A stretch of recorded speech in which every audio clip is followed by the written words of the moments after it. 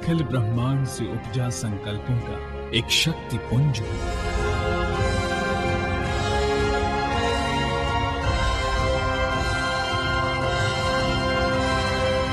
मैं समय की धुरी पर घूमता उम्मीदों और आशाओं का पहिया हूं, जिसके ऊपर मानवता के उत्थान का रथ दौड़ा चला जा रहा। मैं एक उद्देश्य हूं, उद्देश्य मानव मात्र की सेवा का। मैं एक संकल्प हूं, संकल्प दर्द और पीड़ा से मुक्ति का।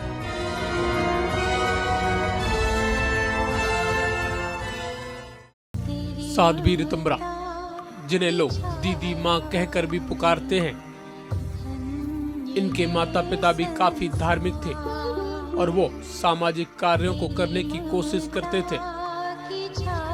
इन्होंने कई साल तक योग और मेडिटेशन में भी अपना समय दिया था। 16 वर्ष की आयु में इन्होंने निर्वाण प्राप्त कर लिया था। इन्होंने अपनी शिक्षा बीच में ही छोड़ दी थी। इन्होंने काफी समय अपना हरिद्वार के एक आश्रम में भी बिताया। सामाजिक जीवन में भी अपना कदम रखा और राष्ट्रीय सेविका समिति का हिस्सा बनी और कुछ समय के लिए वहां शिक्षा भी ली। साथ ही विश्व हिंदू परिषद की भी सदस्य बनी। सन 1992 में इन्होंने बाबरी मस्जिद के खिलाफ हो रहे आंदोलन में भी भाग लिया था। वीर शिवाराणा प्रताप का गूंज उठा वो नारा है, कहो गर्व से हम हिंदू हैं, हिंदुस्तान। राम कृष्ण गंगा का विरोधी जो हमसे टकराएगा वो कुत्ते की मौत यहाँ पर देखो मारा जाएगा।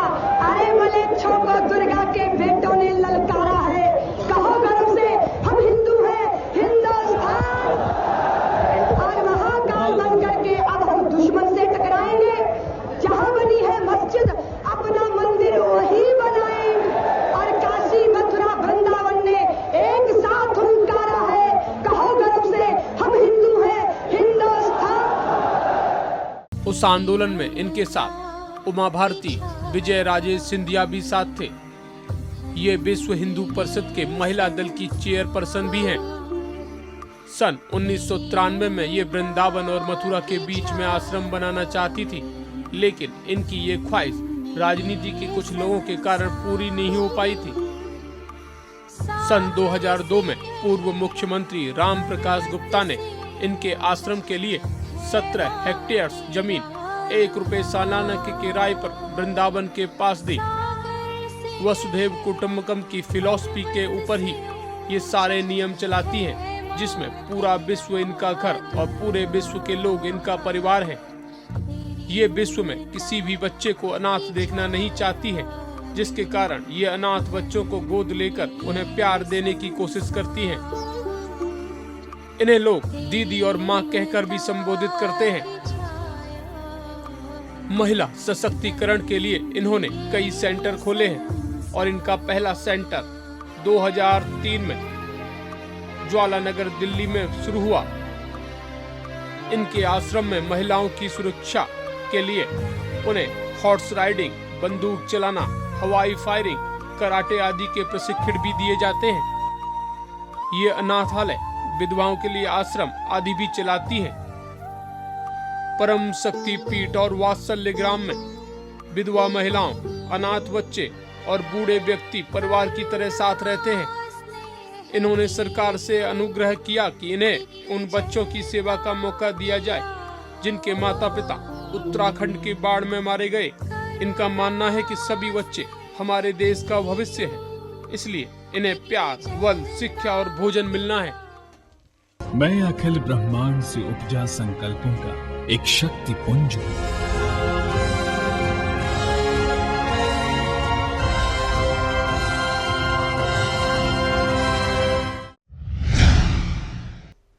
आप सभी का बहुत बहुत स्वागत है हमारे खास कार्यक्रम शख्सियत में। और हम आपको रूबरू करा रहे हैं एक ऐसी ही शख्सियत से। वैसे तो ये शख्सियत किसी पहचान की मोहताज नहीं है, लोग इन्हें अनेकों नामों से जानते हैं। और दीदी माँ खास तौर पर एक ऐसा नाम जिन्हें एक बार आप अगर देख लें, सुन लें तो एक दिल छू जाने वाला नाम। हम बात कर रहे हैं साध्वी ऋतंबरा जी की। बहुत बहुत स्वागत आपका खास कार्यक्रम में। और अगर बात की जाए वात्सल्य ग्राम की, तो वात्सल्य ग्राम तक का सफ़र कैसे तय हुआ? एक साध्वी ऋतंबरा के बाद दीदी माँ का नाम ये वात्सल्य के नाम से जाना जाता है, तो कैसे ये यहाँ तक का सफ़र रहा? कुछ सफ़र पहले से निश्चित होते हैं ईश्वर के द्वारा। हमारे मार्ग निश्चित होते हैं, हमारी मंजिल निश्चित होती है, एक अज्ञात शक्ति हमें संचालित करती है। तो छोटे बच्चे मेरे जीवन में आए और उनके साथ वात्सल्य प्रारंभ हो गया। वात्सल्य एक ऐसी भाव दशा है जिसके कोई कूल किनारे नहीं है, असीम प्रवाह है। ये सारा संसार इस बाहों में समा सकता है, क्योंकि सीमित होकर भी जब हम असीम के साथ जुड़ते हैं तो असीम सामर्थ्य हम में होती है। उसी भावना के साथ वात्सल्य प्रारंभ हुआ। नन्हे बच्चों को अलग अलग तरह से लांछित करना, उनको निंदित करना उचित नहीं है। मुझे ऐसा लगा कि जिनका कोई दोष नहीं है वो बार बार समाज की उपेक्षा का केंद्र बनते हैं, और जो लोग दोषी हैं वो समाज के अंदर है। ऐसी भावना के साथ मन में जब चिंतन चला और ईश्वरीय योजना में ऐसा सब हुआ कि मैं श्री राम जन्मभूमि के आंदोलन में लगी हुई थी सौरभ। फिर उसी बीच मुझे ये छोटे बच्चों की जो अनाथ आश्रमों की व्यवस्थाएं हैं, नारी निकेतनों को देखने का मौका मिला, वृद्धाश्रमों को देखने का मौका मिला। लगा कि इससे अलग हटके हमारा अतीत का भारत सोचता था। हमने कभी भी अपने देश में बेचारे तैयार नहीं किए जी, दया के पात्र तैयार नहीं किए। हमेशा हर व्यक्ति को, चाहे वो किसी भी परिस्थिति का शिकार रहा हो, उसको निखरने का मौका मिला। तो इतने विराट बड़े दिल का भारत इतना छोटा कैसे हो गया कि वो सिर्फ रोटी कपड़ा बांट के ही अपनी जिम्मेदारियां पूरी मानने लगा। तो कहीं ना कहीं हम चूक गए। हमें अतीत के साथ वर्तमान की डोर बांधनी है। ये भाव जो था उसने वात्सल्य की सृष्टि खड़ी। वात्सल्य में जब बात आती है वात्सल्य ग्राम की, तो रिश्तों की एक नई परंपरा शुरू हुई। यहाँ आने वाले सभी बच्चे एक दूसरे से रिश्ता कायम कर गए। तो एक अनूठी पहल ये कैसे शुरू हुआ? क्योंकि आज जब स्थापित करना, एक सोचना और फिर उसका संचालन करना, ये रिश्ते के जब दाने बाने बुने गए, जब जिनसे रिश्ता था उन्होंने अपनों से दूर कर दिया, तो ये जब नए रिश्ते बुने गए तो इनकी शुरुआत कैसे हुई? कभी देखने को मिलता है कि रखना, पालना, फिर उसको एक रिश्ते का नया आयाम स्थापित करना, ये सब कैसे है? देखिए, रिश्ता तो दिल का होता है। जब रिश्ता मेरे से बच्चों का जुड़ गया तो मैं बंध गई, एक सन्यासिनी बंध गई, अबाध गति से बहने वाला। हमारा चिंतन अबाध गति से ही बहता है, लेकिन अगर देखा जाए तो एक कर्तव्यों की डोर ने मुझे बांधा। लेकिन उस कर्तव्य की डोर के पीछे अगर कोई धागा था तो वो प्रेम का था, संवेदना का था। जब मैंने ये विचार मेरे मन में कुल बुलाने लगा तो ये हुआ कि ऐसा किया जा सकता है, तो किसी दूसरे को ये जिम्मेदारी नहीं दी जा सकती थी। बड़े विचित्र स्थितियां थी कि एक भगवा भेष धारिणी वो कैसे अपने आसपास इतने बड़ी सृष्टि को खड़ा करेगी। बहुत सारे प्रश्न थे और उन प्रश्नों का उस समय मेरे पास उत्तर भी नहीं था, लेकिन मैं इसके अंदर प्रवेश कर गई। मुझे लगा कि नहीं, ये तो इतना सुंदर, इतना ईश्वर ने हमारे सम्मुख एक विकल्प रखा है जो मेरे वो विकल्प ना रह के मेरी जिंदगी का संकल्प बन जाए। तो जब मैं दीदी से दीदी माँ कहलाने लगी, बच्चे आपस में आए, उनको पालने वाली माताएं आईं, वो आपस में बहनें हो गई। तो ये मौसी के बच्चे, ये मौसी के बच्चे, बेटे बेटियां इकट्ठे होते चले गए। और फिर धीरे धीरे ये हुआ कि भाई ये तो एक गांव बसना चाहिए। गांव बसा और रिश्ते इतने मजबूत, इतने प्रगाढ़ कि ऐसा लगता था कि जन्मदाता भले ही अपनी भूमिका पे लज्जित हुए होंगे, लेकिन जो बालक उनके माध्यम से वात्सल्य में आ गए, उन बच्चों की वजह से वात्सल्य खिल गया, रिश्तों ने खिला दिया, भावों के संबंधों ने इस प्रकल्प को जीवन दे दिया। और वो जीवंतता वो इतना अद्भुत है कि शायद करने वाले निराश हो जाएं, पर बालकों के आपस के जो संबंध थे वो इस तरह प्रगाढ़ होते चले गए। तो ये नियोजित नहीं है, ये सौरभ, ये प्रायोजित कार्यक्रम नहीं है, ये बड़ी योजनाओं से बनी हुई व्यवस्था नहीं है, ये एक ईश्वरीय विधान है, ये नियति के द्वारा निश्चित किया गया यज्ञ है और ये भावों का यज्ञ प्रवान चढ़ा। और आप देखो कि ये किस भूमि पर चढ़ा कि जब श्याम सुंदर वृंदावन से चले हैं और वात्सल्य उनका यहीं तक अक्रूर घाट सामने है, इसके बाद चतुर्भुज रूप में उन्होंने सारे जगत की चुनौतियों को स्वीकार किया, दुर्दमनीय शक्तियों का दमन किया, लेकिन उनका वात्सल्य ग्राम जहाँ है ये उसकी सीमा है। लेकिन इस सीमा में बंध के ये भाव ऐसा असीम हुआ कि मुझे भी कभी कभी बड़ा आश्चर्य होता है कि ये कैसे हुआ और कैसे हो रहा है। तो हम देखते हैं कि हम लोग तो मात्र निमित्त हैं, ईश्वरीय योजना से ये हुआ, लेकिन ये बहुत खूबसूरत समाधान है कि आप किसी को प्यार से अंतर तक भर दें और वो व्यक्ति में कहीं बेचारापन ही ना रह जाए। कितना सुंदर समाधान। क्योंकि एक चीज़ को सोचना, जिसने आपने कहा कि मैं भी एक शौक थी कि कैसे होगा, और जब शुरुआत हुई तो काफ़ी, जब नई चीज़ें शुरू करते हैं तो कई परेशानियां भी आती हैं और कुछ बहुत सीखने को भी मिलता है। तो कैसा रहा वो सफ़र जब आपने ठानी कि नहीं ये सब करना है? कैसे सब मैनेज हुआ और कैसे वात्सल्य अब काम करता है? देखिए, जब प्रारंभ हुआ तो बहुत ही अकस्मात घटना घटी। एक साधु के द्वारा हमारे पास एक बच्चा आया, तो उस बच्चे को पालने लग गई, मैं स्वयं ही पालने लग गई। फिर उसके साथ और भी बच्चे आते चले गए। हमारे लिए रहने की व्यवस्था नहीं थी, राम जन्मभूमि का आंदोलन चल रहा था और मैं इतने भीषण भाषण देती थी कि जगह जगह मेरे ऊपर केस चलते थे। और अगर कहीं रहने की भी व्यवस्था की बात होती थी तो लोग साध्वी रितंबरा को अपने यहाँ रखने से डरते थे, क्योंकि बाद में पुलिस की दबिश होगी और चीज़ें इस तरह की बनेगी और व्यक्ति तो बेचारा कमज़ोर दुर्बल होता ही है। और वो समय ऐसा था जब मैंने कितनी रातें स्टेशनों पे काटी, कितनी रातें खेतों में काटी, और क्योंकि कोई भी आश्रय देने को तैयार नहीं होता था, एक रात अपने यहाँ रखने को तैयार नहीं होता था। हम कहीं रुकते थे तो अगले दिन उसी घर में पुलिस जो है उसको ताले सील कर जाती थी।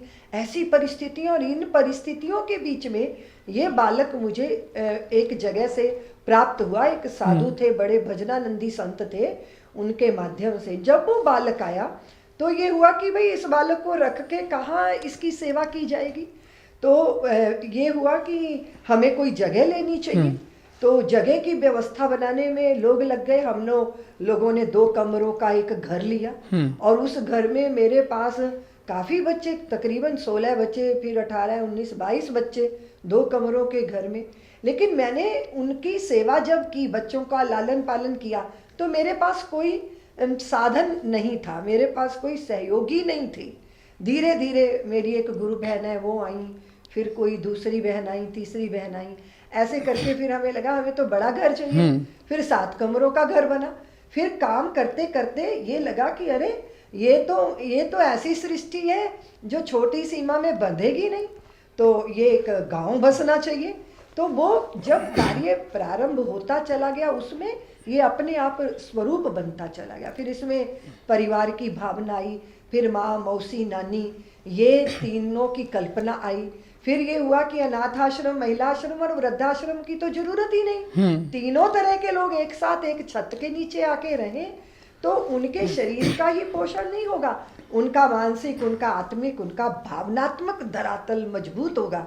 तो ये पहले से कोई ऐसी कल्पना नहीं थी कि इसका स्वरूप ऐसा होगा। ये जब गोमुख से निकली 2-2, 4-4 बूंदों की गंगा और फिर उसके साथ विचारों की धारा मिलती चली गई, तो इसने वात्सल्य की गंगा का रूप धारण कर लिया। अभी कथाएं जब आप करती हैं तो काफ़ी संख्या में लोग वहाँ सुनने को आते हैं। युवाओं में भी काफ़ी एक ये रहता है कि दीदी माँ क्या कह रही हैं, सुने। लेकिन कितना वो अपने अंदर उतार पा रहे हैं? क्या लग रहा है कि युवा अभी कहीं ना कहीं भटक रहे हैं, उन्हें अभी कोई एक सही दिशा की आवश्यकता है? देखिए, सही दिशा भारत को भारत बने रहने की है, सही दिशा अपने जड़ों से जुड़ने की है, सही दिशा अपनों के लिए जीने की है, सही दिशा समाधान बनने की है, सही दिशा अपने लिए ना जी के अपनों को के लिए जीने की है, सही दिशा बटोरने की नहीं बांटने की है। और ये सब अंतर मन से समझते हैं, ये समझते हैं कि जितना भी हम अपने अपने लिए मात्र जी रहे हैं, उतना ही हम अंदर खोखले होते चले जा रहे हैं। तो ये तड़फ सबके अंदर है। युवा भी तलाश रहा है कि मेरी जड़ कहाँ है, माता पिता ने बताना है कि तुम्हारी जड़ कहाँ है। तो भारत ने पूरे विश्व को मार्गदर्शन देना है। भारत आज स्वयं ही द्वंद्वों में घिरा हुआ है।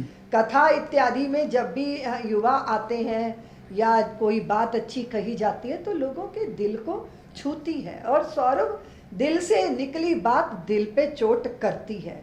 और आज नहीं तो कल संस्कार का पड़ा हुआ बीज हमारे जीवन में खाद पानी पाके अंकुरित होता है, वो व्यर्थ जा नहीं सकता। दीदी माँ, अगर दीदी के साथ माँ का अगर शब्द आपके पीछे लग रहा है, वो भाव भी लोगों का आपके साथ है, इस तरीके से गाय को भी गौ माँ के तौर पे देखते हैं। आपने कई मैसेज देने के लोगों को कोशिश की, आपने बुक भी निकाली, तो क्या देखती हैं गायों के लिए जो वर्तमान में स्थितियां हैं भारत में? दूध निकालने के बाद उन्हें छोड़ दिया जाता है, गौशालाएं खुल रही हैं, लेकिन गायों पर जो सेवा गायों की होनी चाहिए वो देखने को नहीं मिलती। और ख़ासतौर पर अगर हम बात करें मथुरा श्री कृष्ण की जन्मस्थली, और यहाँ पर गायों का प्रेम कृष्ण से कहीं छुपा नहीं है, तो कहाँ लगता है एक कमी रह गई है? देखिए, कमी ये रह गई कि हमने धर्म का बहुत शोषण किया, दोहन किया। हमने अगर सच्चे रूप में धर्म को जिंदगी में धारण किया होता तो हम कभी भी लोगों के उपयोग और अनुपयोग पे चिंतन ना करते। अगर हम सही मायने में इंसान होते तो ना हम अपने माँ बाप को वृद्धाश्रम में पहुँचाते, और ना हम गाय का दूध दूहने के बाद उसको लाठी मार के हाँक देते कूड़ा खाने के लिए। ये जितनी भी व्यवस्थाएं हम देख रहे हैं जो हमारे को शर्मसार करती हैं, शर्मिंदा करती हैं, सर झुकाने को विवश करती हैं, वो हमारी संवेदन शून्यता से निकली हुई चीज़ें। चाहे कोख पे नश्तर चलाया हमने, चाहे बेटी की हत्या करके उसको कचरे की पेटी में फेंका, और चाहे हमने गाय के साथ ऐसा व्यवहार किया या माँ बाप के साथ ऐसा व्यवहार किया, चाहे हमने अपने ग्राहक के साथ ऐसा व्यवहार किया जो किसी भी व्यक्ति के लिए उचित नहीं है, तो उसके पीछे अगर आप जड़ में जाओगे तो आप यही तो देखोगे कि हम कहीं ना कहीं एक संवेदनशील मनुष्य बनने में चूक गए। उसका ये दुष्परिणाम सामने है। मैं देख रही हूँ, मैंने अभी भी, मैं बार बार चर्चा करती हूँ कि व्यासपीठों पे बैठकर सौरभ गौ माता की जय बोलना अच्छा लगता है, पर इतना अच्छा नहीं लगता, क्योंकि जब हम जाते हैं कथाएं करने तो रास्ते में ही गौ माताएं कूड़े के ढेर पर प्लास्टिक खा रही होती हैं।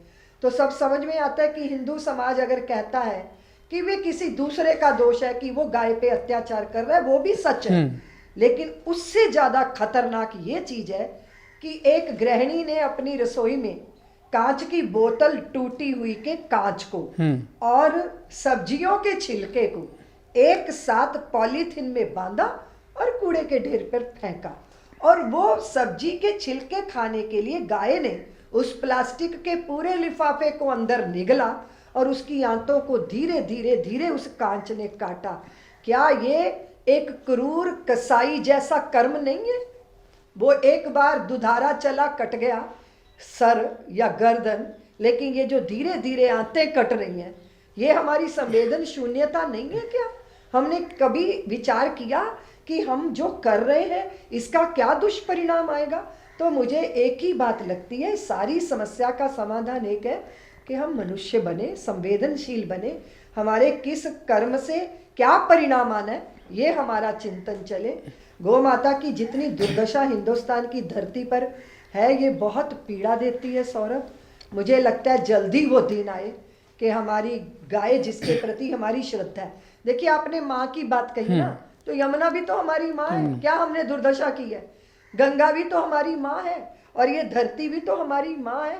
तो जिनको हम इतने सुंदर बड़े शब्दों से अलंकृत कर देते हैं, उनकी आरती उतार के हम बस इतने से ही अपने कर्तव्यों से मुक्ति पा लेते हैं। मुझे लगता है कि हम जो संबोधन दे रहे हैं उसके पीछे के मर्म को समझे, फिर उतनी शिद्दत के साथ और उतनी भावना के साथ उसके प्रति कर्तव्य भी निभाएं। तो अभी बातों का दौर अभी जारी रहेगा। दीदी माँ से बात हम करते रहेंगे, तब तक के लिए एक ब्रेक के लिए रुकते हैं और बातों और सवाल और जवाब का दौर इसी तरीके से जारी रहेगा।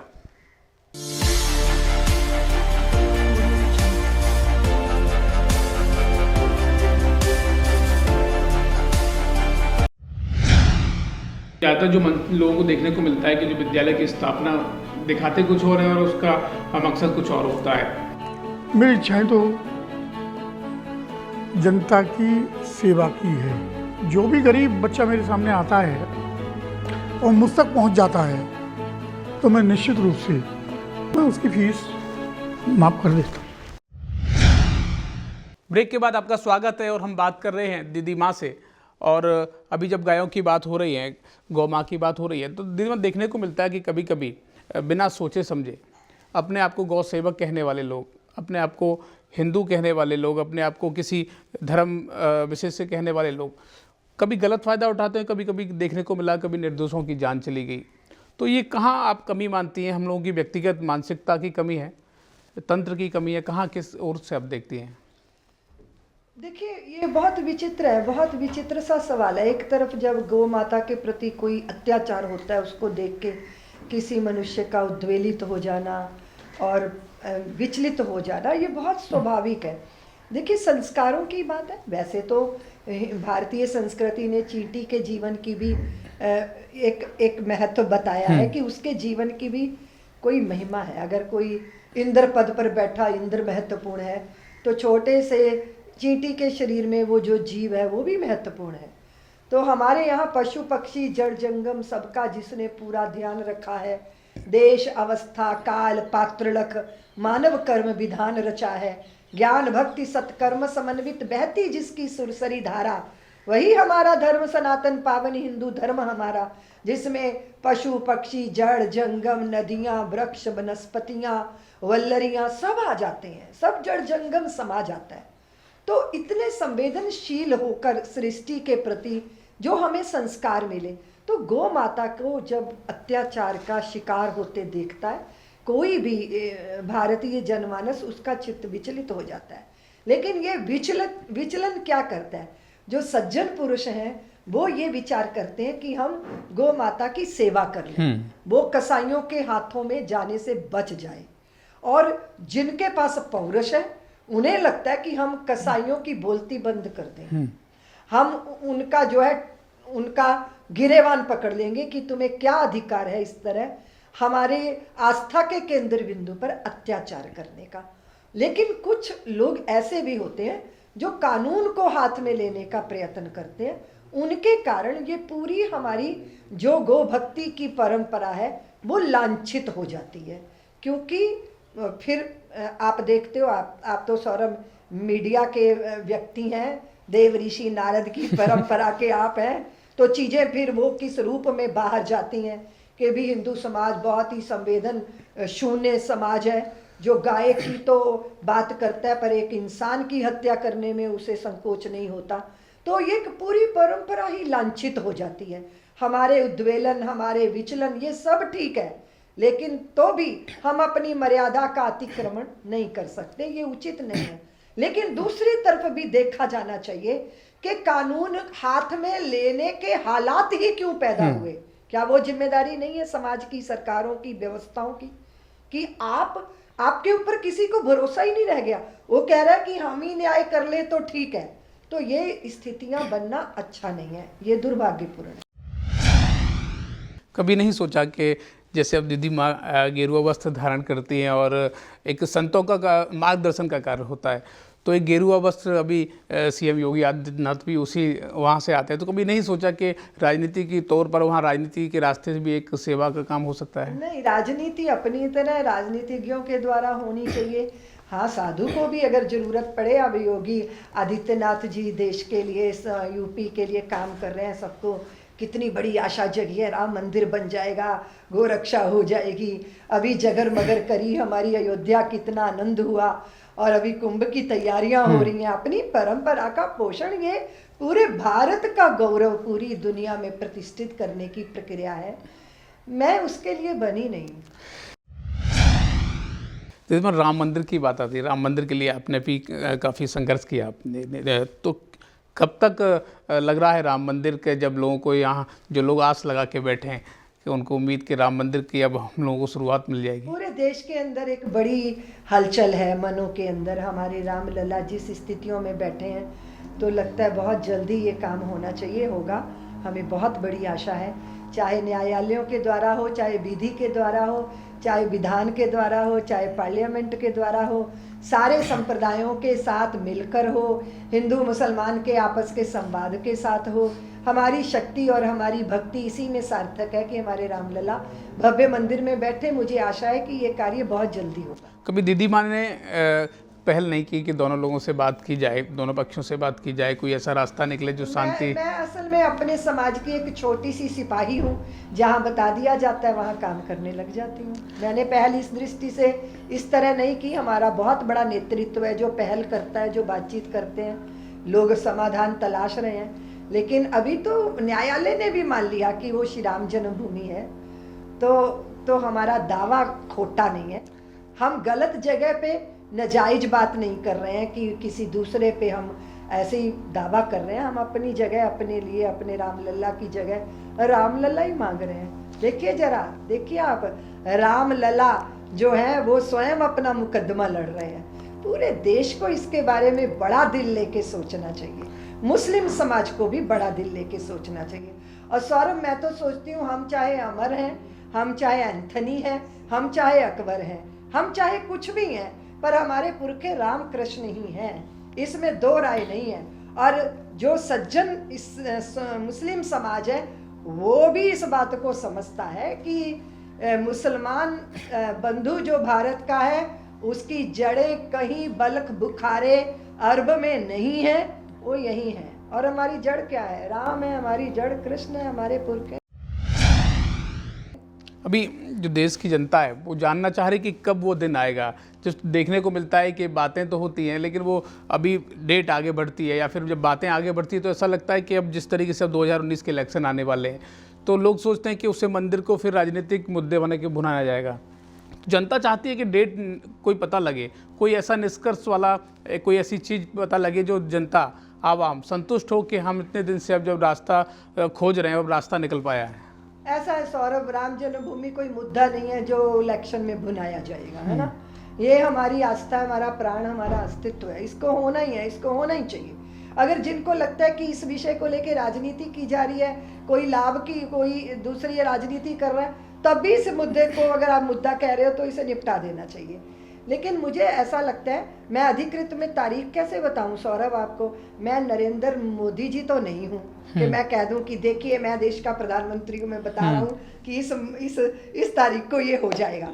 लेकिन मैं भगवान की आराधना करने वाली एक छोटी सी पुजारी हूँ, चाहती हूँ कि रामलला का मंदिर भव्य बने, जल्दी बने। और इसीलिए पूरे देश के अंदर जब वातावरण बना, आप आश्चर्य करेंगे कि हम सोचते थे सौरभ कि आजकल के नौजवान हाथ में मोबाइल ही लिए रहते हैं, बस इनको नहीं पता कि इतने साल पहले क्या हुआ, राम जन्मभूमि का आंदोलन कैसे चला। लेकिन हम लोग जरा से बाहर निकले तो लाखों लाखों नौजवानों ने भगवा पताकाएं पकड़ ली। उन्होंने बता दिया कि दीदी माँ, हम मोबाइल चलाने वाले ही नहीं है, हमें हमारी धरोहर का और हमारी संस्कृति का भी बोध है। इसका मतलब देश के नौजवान के दिल में भी ये विषय धड़क रही है, ये विषय भाव के रूप में हृदय के अंदर स्थापित है। इतना बड़ा समाज चाहते हैं, इसमें विलंब करना किसी के लिए भी अच्छा नहीं। तो मैं ऐसा एक सवाल जहन में आया कि किसी धर्म और जाति और संप्रदाय से ऊपर उठ के एक अगर कोई मिसाल है तो वात्सल्य है। अभी ट्रिपल तलाक पर विधेयक पारित हुआ है, लोकसभा में बिल पारित हुआ है, तो किस तरीके से आप देखते हैं जब देश में एक कानून की बात होती है, अधिकारों की बात होती है, तो फिर हिंदू मुस्लिम महिलाओं की अगर बात की जाए तो जब अपने अधिकारों की बात होती है तो ऐसा लगता है कि पुरुष अपने फ़ायदे के लिए अपने नियम बना लेते हैं। अभी जो ट्रिपल तलाक पर कानून निकल कर आया तो किस तरीके से आप देखती हैं, ख़ासतौर पर मुस्लिम महिलाओं के साथ जब 3 बार तलाक कह दिया जाता था तो उनका परिवार ख़त्म हो जाता था, फिर उनको बड़ी अलग रास्ते से होकर निकलना पड़ता, तो कैसे आप देखती हैं इसे? देखिए, स्त्री चाहे हिंदू की स्त्री हो, मुसलमान स्त्री हो, ये व्यवस्था है, समाज की व्यवस्था है। लेकिन जो भी परंपरा निरशंस है, जो इंसानियत नहीं रखती, वो परंपरा चाहे किसी की भी हो, चाहे हिंदू की हो, चाहे मुसलमानों की हो, परंपराएं हमेशा ही जीने के लिए नहीं होती। कुछ परंपरा ऐसी होती हैं जिनमें से सड़ांध आने लगती है, बदबू आने लगती है। कुछ परंपरा ऐसी होती हैं जो मर जाती हैं, उनकी हम लाशें ढोते हैं, और समाज को हिम्मत करनी चाहिए उन लाशों की अंत्येष्टि कर देने की। क्योंकि वो हमें सुखी नहीं कर रही। इंसानियत के नाते अगर आप देखो, मैं इस्लाम के जगत की बात करूं तो क्यों करूं, मैं हिंदू समाज की भी बात करती हूँ। हमारे यहाँ भी इस तरह की कुछ कुछ चीजें थी जिसके लिए आंदोलन चले, उसको कभी भी समाज ने नहीं स्वीकारा। तो मैं समझती हूँ कि जितना खुला दिल रख के भारतीय समाज में चिंतन चलता है कि ये कालबाह्य हो गई बात, ये सार्वभौम नहीं है, ये कभी थी, आज हमें इसकी जरूरत नहीं है, तो उसकी जरूरत नहीं है। इसके लिए अगर आपके पास चिंतन की आज़ादी नहीं होगी ना, तो आप वैसे ही बंधे रहोगे। जब चिंतन की आज़ादी होगी तो आप देखोगे कि जो दूषण है वो दूषण है, उस दूषण को दूर करना चाहिए। तो स्त्री के साथ ये हुआ, लगातार हुआ। स्त्री को बच्चे पैदा करने की आप मशीन समझें, या स्त्री को भोग्या समझें, या स्त्री को असहाय समझें, स्त्री को अबला समझें, बेचारी समझें, आप कुछ भी समझें, लेकिन आपको ये याद रखना चाहिए कि स्त्री ही मनुष्यता की टकसाल है। अगर वो बेचारी होगी तो वो बेचारों की ही को जन्म देगी। अगर वो स्वाभिमान पे चोट खाए है तो वो आहत संतानों को जन्म देगी। तो आप सृष्टि को सुंदर करना चाहते हो तो आप देवियों की, स्त्री की इज्जत करो, उसको सम्मान दो, मत बनाओ देवी, पर इंसान तो रहने दो। वो ना पैर की जूती है, ना आपके सर की टोपी है, वो कंधे से कंधा मिला के आपके साथ खड़ी है, वो आपकी सहयोगी है। इस भाव के साथ अगर समाज चिंतन करता है तो सारे समाधान होते चले जाते हैं। जिसमें गंगा और यमुना की बात जब आती है तो जिस तरीके से जब माँ दोनों के साथ लग रहा है, जब हम लोग बात हो रही है, क्या अभी आवश्यकता है, क्योंकि हर चीज़ सरकार पर डालना भी उचित नहीं होता, कुछ हम लोगों को भी अपनी जिम्मेदारियां समझनी होंगी।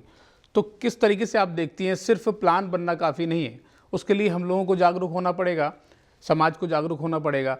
तो क्या क्या आवश्यकताएं आपको लगती हैं कि अभी जब बात होती है कि हम लोग यमुना पान कर रहे हैं, हम गंगा पान कर रहे हैं, तो कहते हैं कि यार जल साफ नहीं है, जल शुद्ध नहीं है, या फिर तो भावनाएं शुद्ध नहीं है, तो कहाँ एक कमी है कि सिर्फ सरकार पर हर चीज़ को डाल देना? देखिए, सरकार पर डालना बहुत पूरा ठीक नहीं है, लेकिन अधूरा भी ठीक नहीं है। अभी आप देखो कि गंदे नालों का जो विषय है, जो यमुना जी और गंगा जी में डल रहे हैं, और उनको दोबारा से शुद्ध करके फिर उनके अंदर डालना, ये सारी व्यवस्था जनता तो नहीं कर पाएगी ना। जनता कैसे कर पाएगी? प्रशासन और शासन की व्यवस्थाएं हैं, वो इन सारी व्यवस्थाओं को ठीक करें। लंदन के अंदर टेम्स नदी जो थी वो इतनी ज़्यादा प्रदूषित नदी थी, लेकिन उन्होंने अपनी नदी को शुद्ध किया। लेकिन कोई तो तंत्र होगा ना जिन्होंने काम किया। जहाँ तक जनता की बात है, जनता को ये संस्कार आना जरूरी है कि आप जिनकी आराधना कर रहे हो उन्हीं के अंदर आप गंदगी डाल रहे हो। तो ये संस्कार जनता का, और जो व्यवस्था बनानी है सरकारों ने, प्रशासन ने, वो बनाएंगे। उनको ये अपनी प्राथमिकता बनाना होगा। दूसरी बात, गंगा यमुना हमारे लिए आराधना की केंद्र बिंदु है सौरभ, पर पूरे देश की नदियों की जो दुर्दशा हुई है, ये आत्मघाती समाज का लक्षण है जो अपनी हत्या स्वयं कर रहा है। अगर हमारी नदियाँ, बावड़ियाँ, कुएं ये सब नष्ट हो गए तो हमारी संतानों के लिए हमने क्या भविष्य सौंपा है? तो मैं समझती हूँ ये दोनों की जिम्मेदारी है। जो तंत्र है, जो व्यवस्था है, वो अपनी व्यवस्था बनाए, फिर उस व्यवस्था को पवित्र रखना, स्वच्छ रखना, ये जनता अपनी जिम्मेदारी निभाए। कभी कभी जब बातें होती हैं धार्मिक दृष्टि से जब देखते हैं तो उनका प्रभाव राजनीतिक क्षेत्र में भी पड़ता है, चाहे राम मंदिर हो या यमुना गंगा ये हो, तो ये आने वाले इलेक्शनों में कुछ असर देखने को मिलेगा इन सब चीज़ों का? देखिए, समाज आशा करता है कि जिनके पास पावर आई है वो लोग इन सब बातों का समाधान करें। निश्चित रूप से आशा की जाती है। हाँ, ये भी देखा जाता है कि इरादे अच्छे हैं, करते करते करते करना शुरू किया है, परिणाम आएगा, उसमें धैर्य रख के प्रतीक्षा करनी चाहिए। देश की जनता को, युवाओं को क्या कुछ आज मैसेज देना चाहेंगे आप? मैं एक ही मैसेज आपके द्वारा देना चाहती हूँ कि मेरा नवयौवन तन देगा, मेरा मुनिमंडल मन देगा, जीवन के मूल्य चुकाने को मेरा भामाशाह धन देगा। हम तन मन धन से अपने देश को बनाएं, देश के गौरव को ऊंचा करें। बहुत धन्यवाद। हमारे साथ रही दीदी माँ, जिसने आप जो कहते हैं कि कोई पहचान की मोहताज नहीं है, बात्सल्य ग्राम जो रिश्तों की एक अनूठी परंपरा को निभा रहा है, एक ऐसा मैसेज देने की कोशिश कर रहा है जिन्होंने अपने लोग जो दिल के कलेजे को यहाँ पर छोड़ जाते हैं, उन्हें एक परिवार के तौर पर एक रिश्ते के नाते की डोर में यहाँ पर रखा जाता है। अब ये ऐसे ही जो शख्सियतों का दौर है, ऐसे जारी रहेगा। फिर अगली शख्सियत से आपको कराएंगे ऐसे ही रूबरू। तब तक के लिए नमस्कार। ज़्यादातर जो लोगों को देखने को मिलता है कि जो विद्यालय की स्थापना दिखाते कुछ और है और उसका मकसद कुछ और होता है। मेरी इच्छाएं तो जनता की सेवा की है। जो भी गरीब बच्चा मेरे सामने आता है और मुझ तक पहुंच जाता है तो मैं निश्चित रूप से उसकी फीस माफ़ कर देता हूँ।